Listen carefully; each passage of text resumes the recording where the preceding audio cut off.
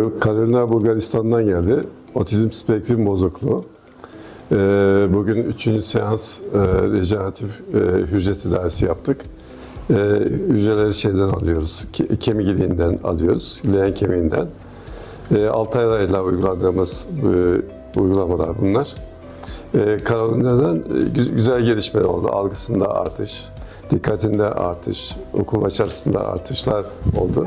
Aynı zamanda hiperaktivitesi ve uyumu da arttı. Daha büyük gelişmeleri kendi babasından dinleyelim. За трети път вече правим тази вливка. Имам много добър ефект. Още от първата. С всяка една вливка се подобрява Каролина.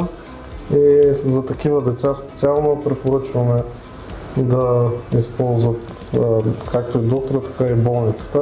Едни от най-добрите в целия свят. Друго какво да кажа, имаме подобрения.